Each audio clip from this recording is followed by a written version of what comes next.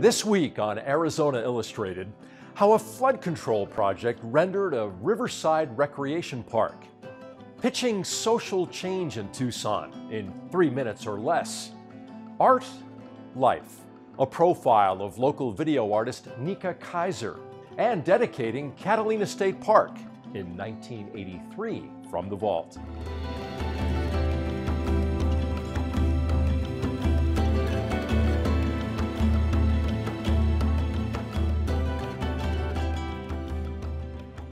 Welcome to Arizona Illustrated. I'm Tom McNamara. What is 12 miles long, a parched bed of sand most of the time, but in a matter of minutes can transform into a churning, roaring flow? It's also both a place of quiet introspection and intense physical activity, and the home to coyotes, javelina, bats, and a variety of birds. I'm talking about Rillito River Park.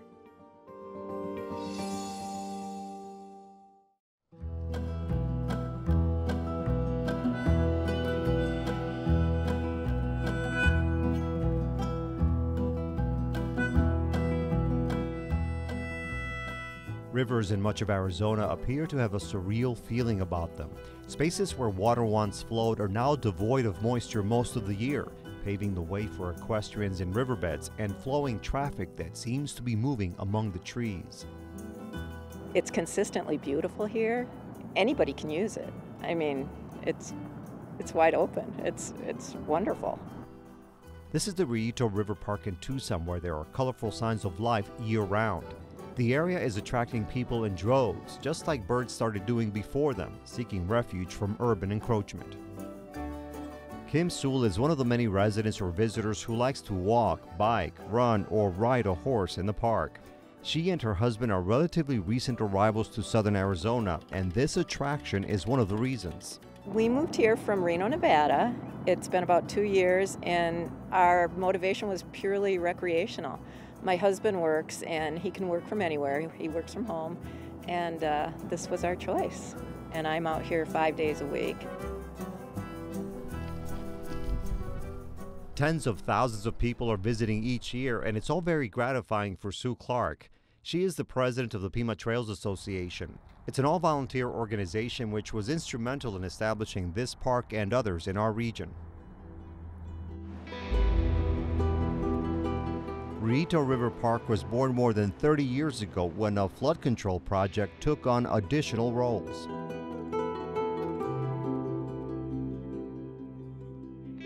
In 1983 was the major flood that took out a lot of the land along the Rillito. It flooded. Homes fell in. There was a lot of publicity about that nationwide. For the people stranded at this relief center, the most distressing factor is not this damage to their property.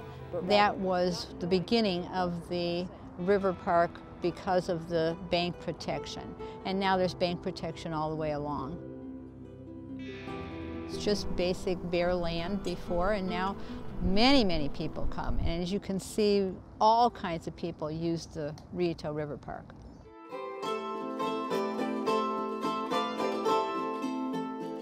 We have little pocket parks along the Rillito. We also have little pockets of just pure environmental restoration, where we've planted certain types of plants and trees to encourage different types of species that you find in this area of Pima County.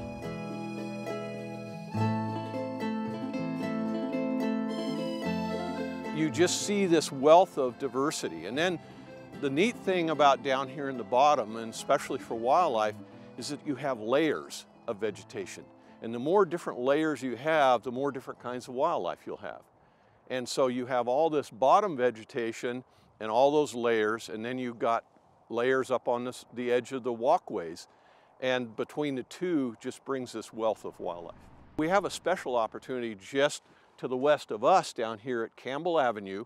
There is a bridge at Campbell Avenue that goes over the river. Underneath that bridge from about April till October are anywhere from 10 to 15,000 bats. And every night those bats will fly out, and it is an incredible opportunity to just see that night bat flight.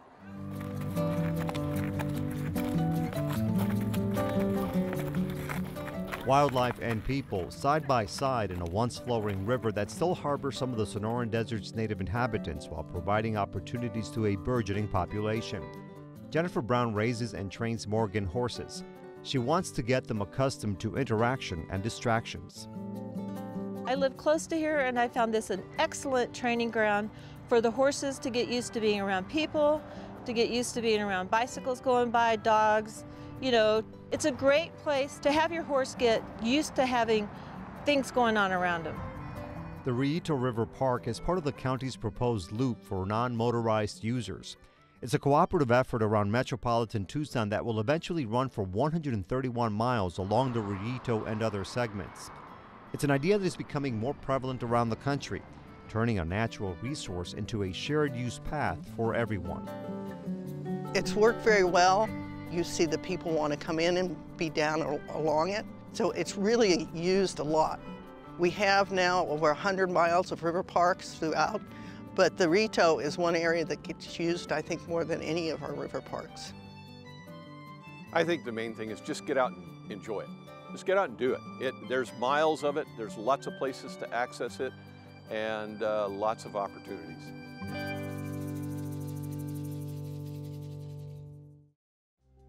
Local nonprofit organizations work to address social challenges and serve those in need in our community every day. Philanthropists at Social Venture Partners stepped up recently to launch Fast Pitch Tucson, a program designed to cultivate communication skills and build the capacity and effectiveness of our nonprofit sector. Participants really had to look hard at what they do, how they do it, and why. The catch: they would learn by competing for dollars. Good morning. My name is Jason Ayers, and I've been a part of Gap Ministries since I was 13 years old. This man is here to make a pitch on behalf of his organization. He's one of 15, chosen from 57 applicants by Social Venture Partners to compete for philanthropic dollars in the Fast Pitch program. SVP seeks to spotlight and strengthen Tucson nonprofits through this funding face-off. Good morning. My name is Kate Hoffman. I am the Executive Director and founder of Earn to Learn. This is the third and final session where participants hone their 3-minute pitch in front of a panel of judges. I loved your beginning. Also in attendance are mentors who've been assigned to guide and coach them through the 2-month-long process. I think twice you said we need your help. Just do it once. 7 of these 15 will be selected for the finals. Each year we connect over 50,000. At stake are $40,000 in cash prizes intended to expand and enhance the important work of nonprofits in Tucson. Kindness skills can be taught and practiced. And today, it's just that extra level of competition that's happening because we're dressed for the event. We know that our videos and our pitches are being judged for the final selection round today. 27-year-old Liz Baker is Director of Research at the Southern Arizona Research, Science, and Engineering Foundation, or SARCEF. She hopes to be one of the 7 who make it to the finals. It sounds easy on the surface, but I think that most of us ended up writing a 10-minute pitch for our first round. Those just really clicked.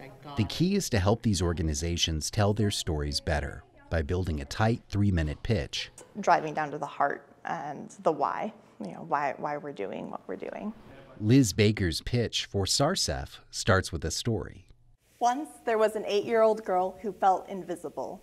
Well, her friends she, along with her mentors, crafted and refined this pitch over several weeks. One day, her 3rd grade teacher announced that they would be doing... for a while we weren't sure what story we were going to tell. She struggled to find her place in the world. And then later on, really a lot of wordsmithing and, all right, we have something we want to say, but we're not really happy with how we want to say it. Just for using her brain, she no longer felt invisible. Everyone in the audience can sort of identify with that little girl in one way or the other. Either, being that little girl, being somebody who felt invisible as a child, being a kid who didn't really have their place. She struggled to find her place in the world. That lost little girl turned the page at age 8 when her teacher announced an upcoming science fair. The little girl decided to study bugs. With encouragement from her 3rd grade teacher and a passion for bugs, that little girl entered the science fair sponsored by SARCEF. She earned her very first trophy. And it changed everything. She no longer felt invisible. I'm Liz Baker, Director of SARCEF, and I And that little girl was an absolute transformation for me as an 8-year-old. I suddenly had confidence. I went from being, the quietest kid in class, and the next year I ran for vice president of my elementary school. And that one first-place trophy led to more. Her interests expanded to art and animals. And her mother, also an educator, saw her daughter blossom. Liz would continue entering the science fair. I actually ended up with $250,000 in scholarships from doing the science fair and in keeping with the process. Now with a master's degree in comparative and evolutionary psychology, she directs research programs at SARCEF, the same organization that ran those science fairs. She and SARCEF deliver STEM expertise and resources to thousands of girls and underserved children in southern Arizona. Whether it's just giving them the confidence that they can do research and that science isn't only for white men in lab coats, or the fact that they're finding their passion and figuring out another way to explore it. Tonight is the finals of Fast Pitch Tucson, held here at the Jewish Community Center. Hundreds of people have turned out to hear from the 7 finalists. Great programs are fantastic, but nonprofit organizations need more than program. They need infrastructure. David Griffiths is a founding partner at Social Venture Partners of Tucson, the organization hosting this event. And they need to be able to tell their story, and they need to be able to have data systems and telephone systems, and this is all part of a broader idea about how you build the infrastructure that supports great program and how that impact ripples through the community. It's a sold-out, packed house. 7 presenters have made it to the finals, and Liz Baker is one of them. I was absolutely over the moon when they gave me the call last week. I've been anticipating it every day since. There were so many amazing nonprofits competing to get to this point, and I'm completely honored that I was selected as one of the final 7. But overall, it's just huge. To be able to spread the word about SARCEF to 500 people is an incredible opportunity. Well, welcome to Arminga. Are you guys ready for our fast pitches? And so it begins. 7 finalists, 7 programs, and 7 judges. Hundreds are here to witness the pitches and support the candidates. 2/3 of children in poverty are not read to. They start kindergarten behind, read below grade level. Teen pregnancy does happen. It happened to Natalie at the start of her senior year. Approximately 70,000 Tucsonans remain uninsured, and without our clinic, the only doctor our patients may ever see is in the emergency room. Community Share has created that pathway through an online platform that matches teachers with an ecosystem of community partners. The audience listens closely as the pitches are made and the ask delivered. And today, we are asking you for your support to help us reach our goal of $70,000. Help us raise $15,000 so that we can provide our program. We're asking $40,000 to help us expand our hours, see more patients, and implement innovative screening programs. With $1,000, we can provide 100 area teens with comprehensive sex education. Liz Baker. Liz Baker makes her pitch for SARCEF. Once, there was an 8-year-old girl who felt invisible. While her friends received trophies for soccer and dance, she struggled to find her place in the world. One day, her 3rd grade teacher announced that they would be doing research like real scientists. After all 7 pitches are made, the judges deliberate and then deliver their final decision. These people, some of the best we have in Tucson. Awards are given in several categories, including the Audience Choice Award. Teen Outreach Pregnancy Services. But the biggest checks of the evening go to Liz Baker and SARCEF. SARCEF! The Social Venture Partner Award of $10,000 and the Greater Good Innovation Award of $5,000. Congratulations. Thank you. This is 10,000 more kids that we'll be able to reach. Overwhelming, amazing. I can't believe it's us. For Liz Baker, all she sees is potential. Every dollar for our outreach program is a kid, so that's 15,000 kids that we're going to be able to reach thanks to Fast Pitch tonight. As somebody said to me a few minutes ago, they lived in Tucson their whole life. They have never been to an event like this. David Griffiths says Fast Pitch will be back again next year, creating more opportunity for Tucson's nonprofits. Mark the date on your calendar, next November.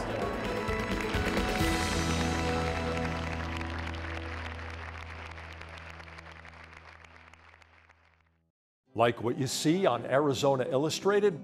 Visit our webpage at azpm.org to watch and share videos from this episode. You'll also find stories from future programs, an easy way to submit your own story idea, an archive of past episodes of Arizona Illustrated, and you'll find everything you need to stay connected with public broadcasting in Southern Arizona.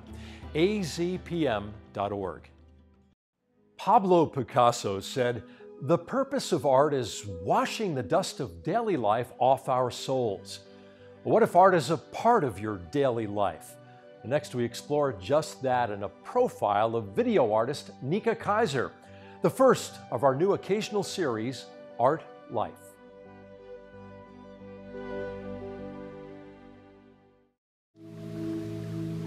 I had always been interested in photography and how it had the ability to represent reality. And video is just sort of an extension of that, but it's reality and time. And I think there's a lot of potential in that medium to sort of stretch and extrapolate what reality and time can be. My name is Nika Kaiser. I am a visual artist from Tucson, Arizona. I work in various mediums, but primarily photography, video, and in installations. I'm doing a tech run-through of the whole program for the show that I'm having on Wednesday. I've curated a program of work surrounding the premiere of this piece that I've done, and it's also just a chance for me to force a bunch of people to sit down and watch all of my favorite things. I studied primarily photography in my undergraduate studies at the University of Arizona. I took a performance art class with Ken Shore, and I made my first video piece in that class. And then when I went off to graduate school, I shifted towards making more video-based work.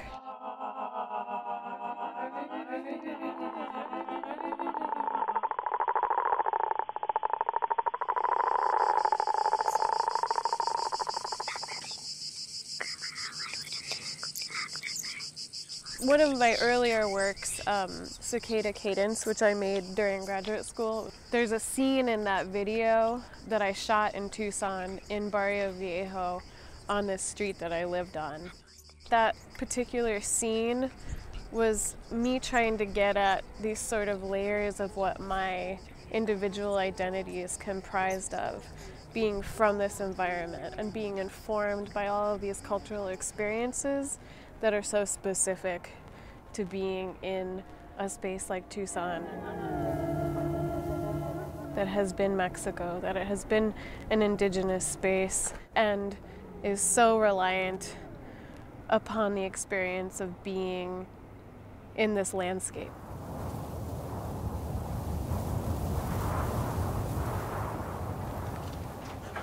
Hi guys.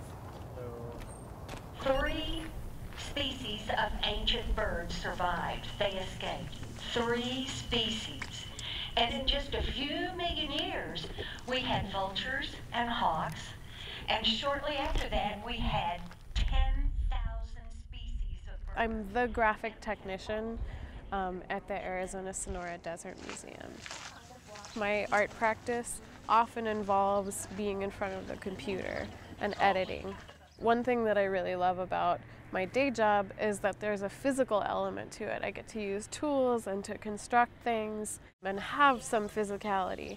I also get to implement some form of creativity, but it's not one that overlaps specifically with my art practice. but I get to draw a lot of inspiration from what that museum represents, which is, you know, the landscape, the animals, and the plants of the desert.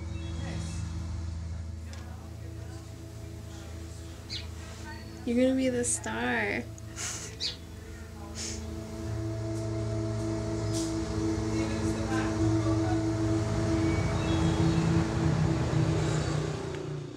This is the microcinema of Tucson, Exploded View Microcinema, and we're doing a show with Nika Kaiser. We've shown Nika's work for the past 3 years. To be able to have her do a complete show that she curates with brand new work is really special.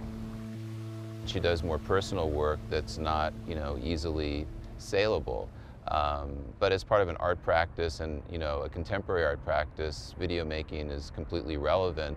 And just cultivating a scene in Tucson that can respect the people who are doing that work and hopefully encourage more people to do it is what we're interested in.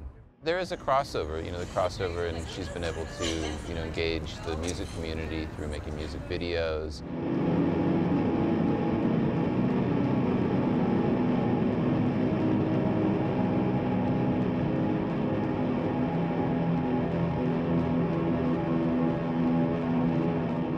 Open to a lot of aesthetics, from stop motion animation to more scripted narrative-esque work, or psychodrama we might say, and also just more sort of like landscape portraiture as well. She did her best for you, but time will catch you. She's got a poetic interpretation in terms of her visual syntax and the way she edits the work.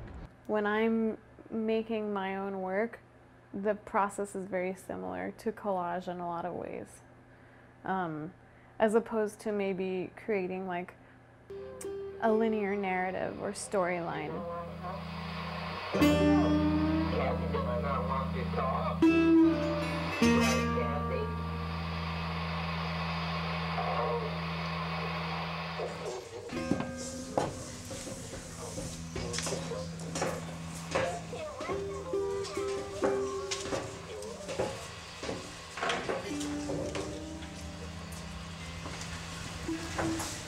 Wow, everyone's so serious.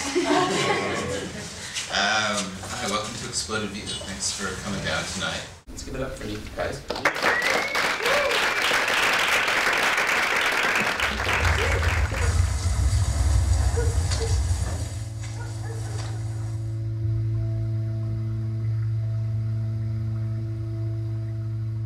I made that piece when I was at an artist residency in Woodstock, New York last summer.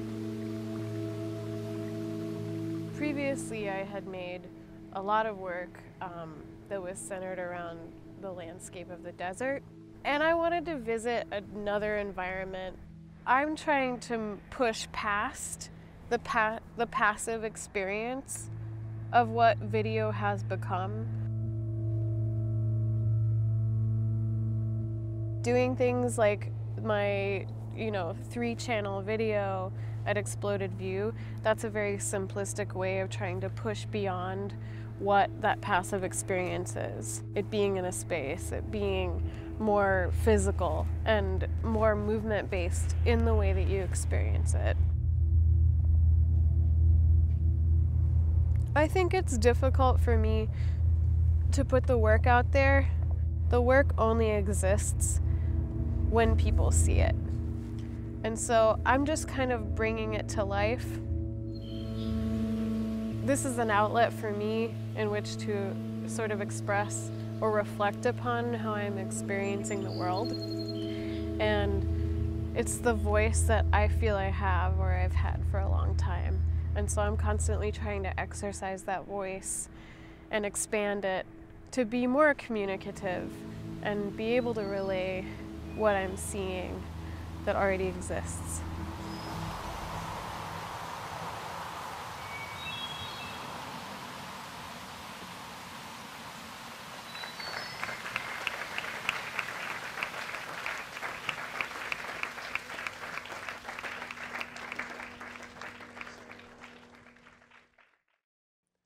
If you drive north of Ina on Oracle Road and you look to the right, you'll see a number of neighborhoods, resorts, and storefronts between you and the Catalina Mountains. Well, back in the 1970s and 80s, most of the western foothills was desert. And when a developer asked that it be rezoned for housing and golf courses, opposition grew and grew until Catalina State Park was born on May 25th, 1983, from the vault. Today, in the shadow of the mountains whose name it bears, Catalina State Park was officially dedicated. It was a day many thought would never come. This is not only the dedication of Catalina State Park, this is also the 10th anniversary of the Catalina State Park Rancho Romero Coalition. 10 years ago, the western side of the Catalinas was slated for a major housing development. The Rancho Romero Coalition was at the forefront of a battle to prevent rezoning. Environmentalists won out and mounted a campaign for a park to forever protect the land from urban expansion. I think the two main hurdles were convincing the Board of Supervisors to turn down the original zoning request. And I think the second thing was convincing the State Parks Board that there was going to be a park there. Today, the State Parks Board was out in force, as were other state and local dignitaries. Governor Bruce Babbitt was the principal speaker. I think this park is remarkable for a number of things. One is the obvious quality of the surroundings. The second is that it is the first park in the Arizona system which is truly a great urban park. In addition to hiking trails, the park will offer picnic spaces, delineated campsites, and ample trails for horseback riding. And I know that we will look back in the decades to come, and that our children will think, who were the people who had the foresight to follow in a tradition of the creators of Central Park, of the Lakeshore in Chicago, of Golden Gate Park in the San Francisco area, to set aside in the heart metropolitan area, such an extraordinary and great park.